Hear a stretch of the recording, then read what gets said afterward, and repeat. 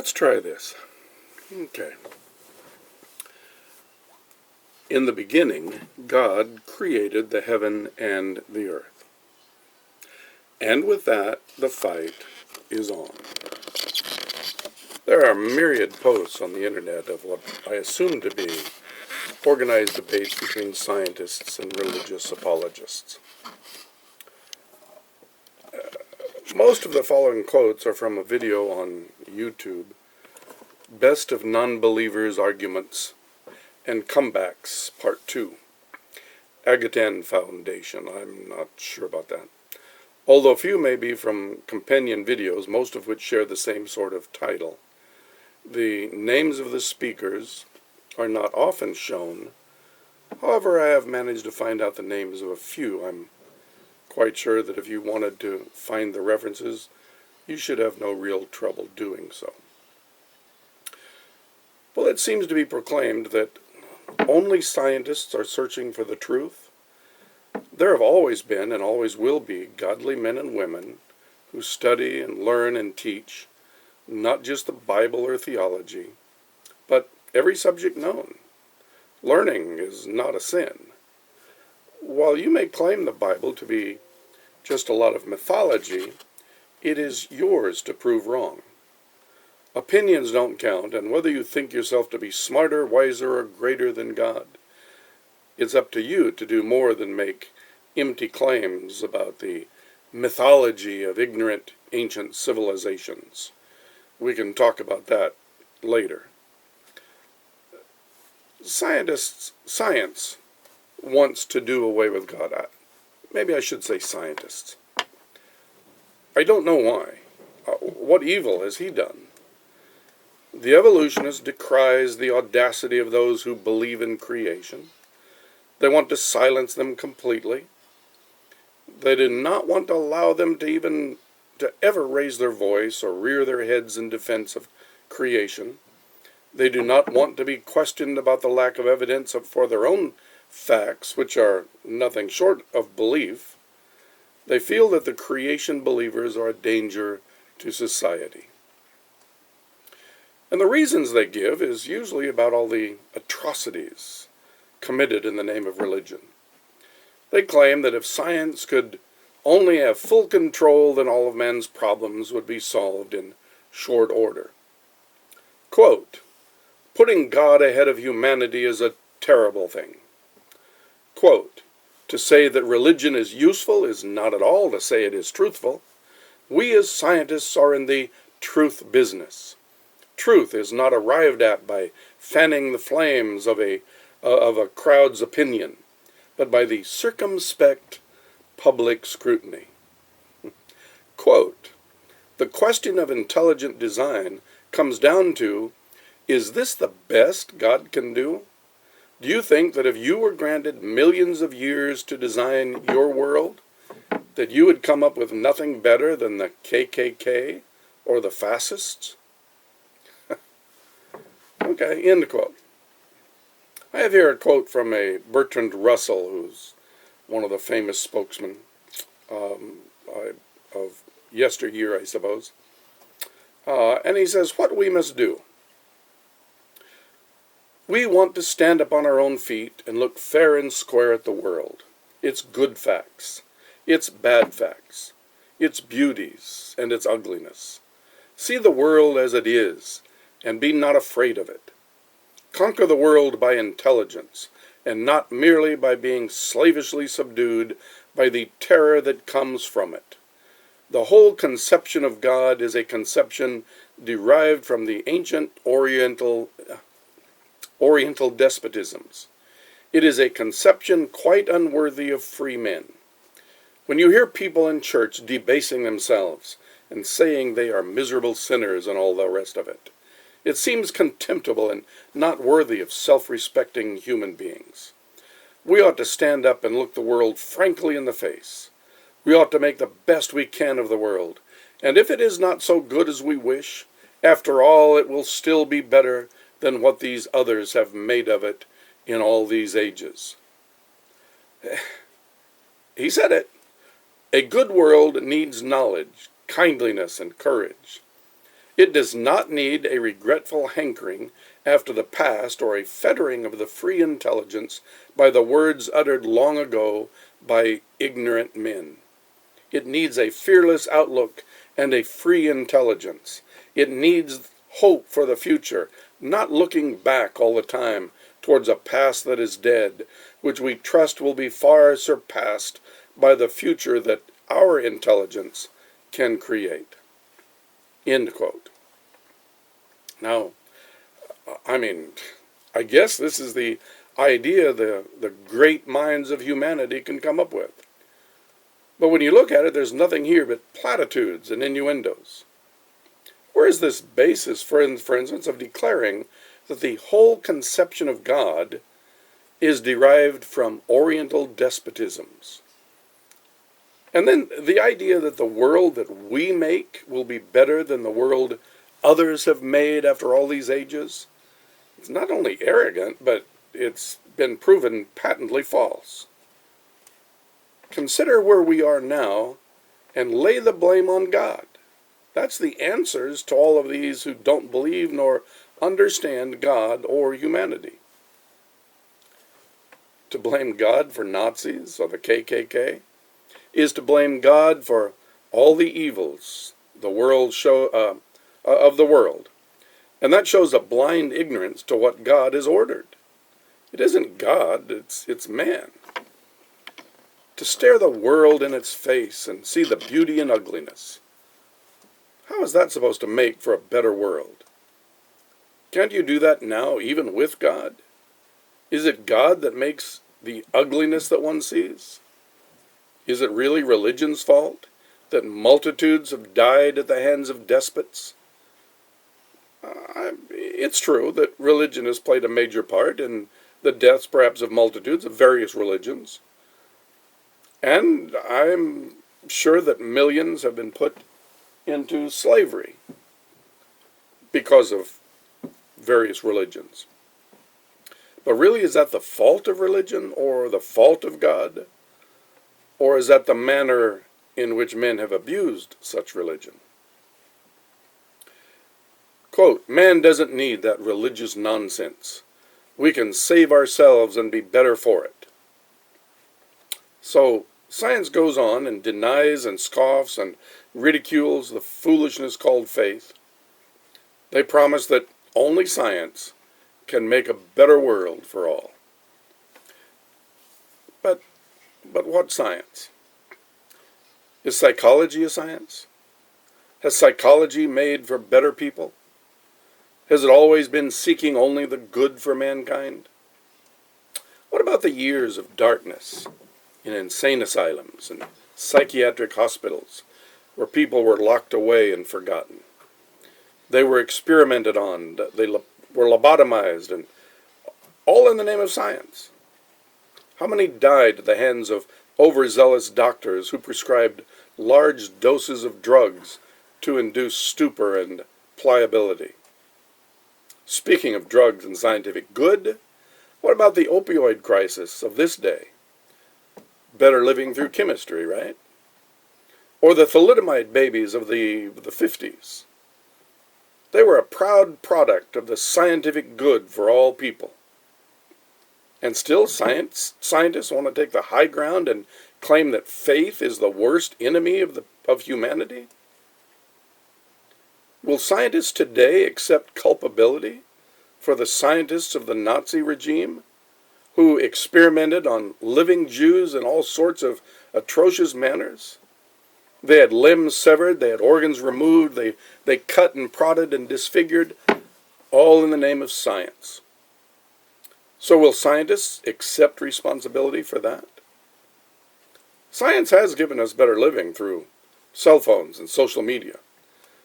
But will they also take blame for the accidents caused by distracted drivers, or the, I started to say idiots, but we'll say foolish people who walk with their eyes glued to the cell screen, walking directly into traffic or off the edge of a cliff?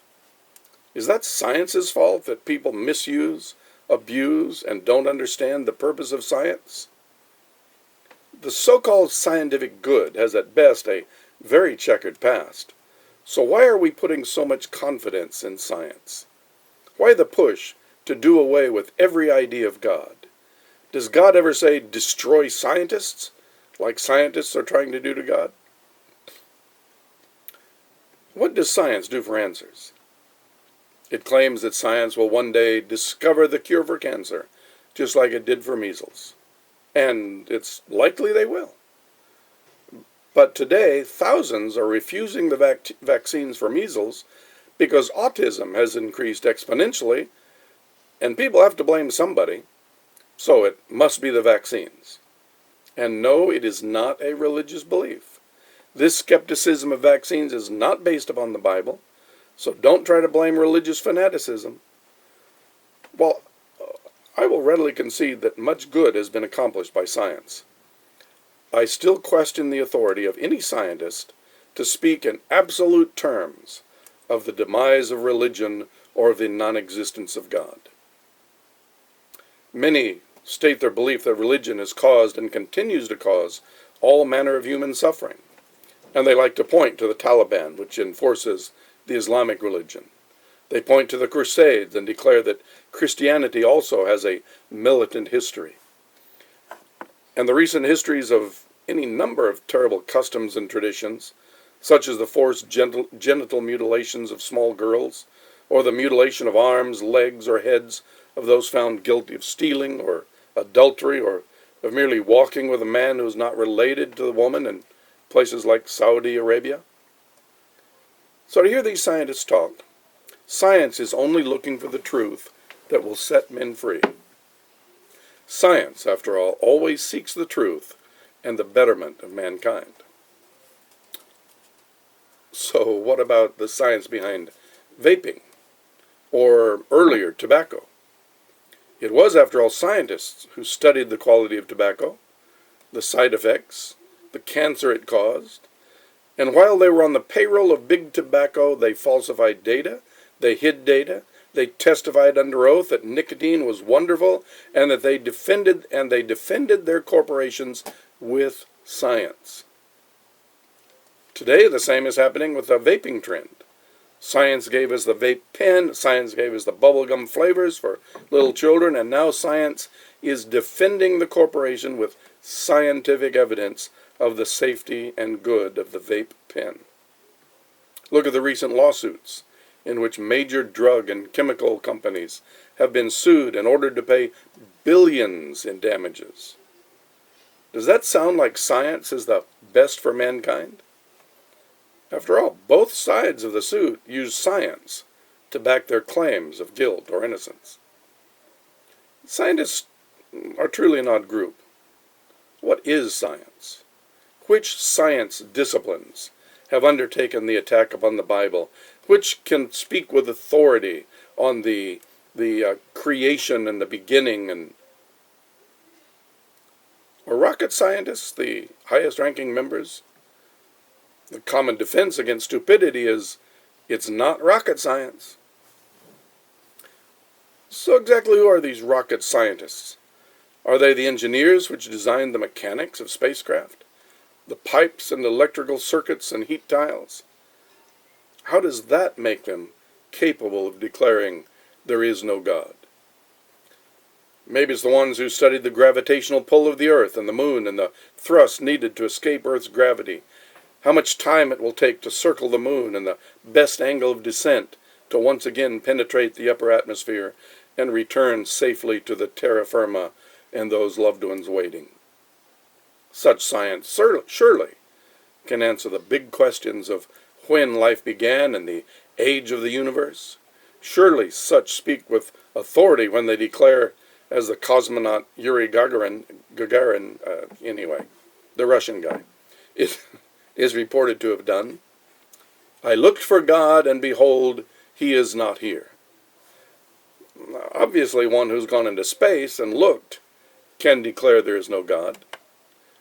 But then, like so many other proofs that scientists throw about, you find that that statement actually wasn't made by Yuri, but was most likely made by Khrushchev in an attempt to silence religion. Are sociologists scientists? Are they capable of speaking for scientists everywhere and declare that God is simply a cultural phenomenon, a mythology of various time periods to explain what science alone can now explain? Do sociologists only seek the best for society? I ask that because of the many complaints against religion. One of the complaints is the history of slavery and religion's role, if not active, at least acquiescent. But let's be honest. Science went to great lengths to prove the superiority of the white races. Science studied and probed and determined that blacks were an inferior species and they were made to be governed. But it didn't end with the abolishment of slavery. As late as 2014, scientists have still concluded that the Negro race is inferior to the Caucasians. One need only read A Troublesome Inheritance, Genes, Race, and Human History by Nicholas Wade, 2014 to see that scientists studying the various races still conclude that their own race is superior to other races. Of course, scientists say, well, that's just pseudoscientific. So while the religious silence about slavery may be troubling, it was also religious activism that was largely responsible for bringing slavery to an end. That can be proven by any perusal of the history of the abolishment of slavery. But science, with all of its claims of humanity, actually only offers hope to those who can afford to pay. They're larcenists. They're a group tainted with larceny. Science and the Bible both agree that man will die. Science is afraid of a cataclysmic world annihilation event, and it is reported even now that science is trying to figure out how to save humanity. But what humanity? Well, of course, only the best and the brightest will be on that ship. The world leaders who are good will be there, but not the despots, of course. Not the common everyday Joe, but the specialists, and the great artists, and maybe a musician or two, classical only.